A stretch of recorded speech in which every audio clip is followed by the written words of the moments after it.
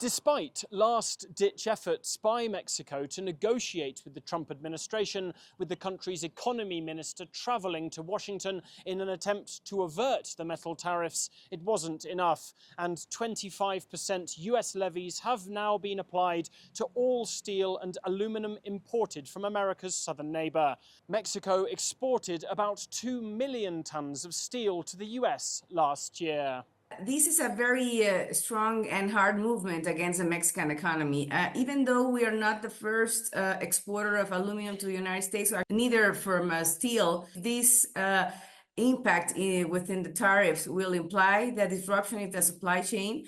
Mexico has made no announcements so far regarding possible retaliatory tariffs, although President Claudia Sheinbaum has threatened such measures. The US runs a trade surplus with Mexico on steel, exporting more than double the amount of raw metal than what it imported last year.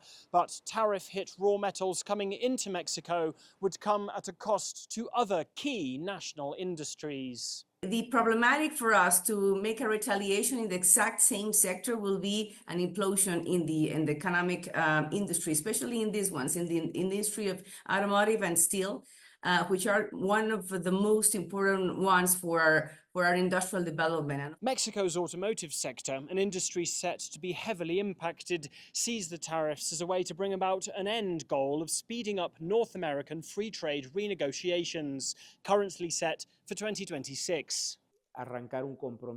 I believe this is about forcing Mexico to the free trade negotiations. A brief period of tariffs exerts pressure on America's neighbors and strengthens the U.S. negotiating position. From our perspective, the sooner this happens, the better. Entre más pronto, mejor. With 25% tariffs now in place on steel and aluminum, the first blow of a US trade war with Mexico has been struck. The industrial sector is now waiting to see how Mexico will respond. Alastair Baberstock, CGTN, Mexico City.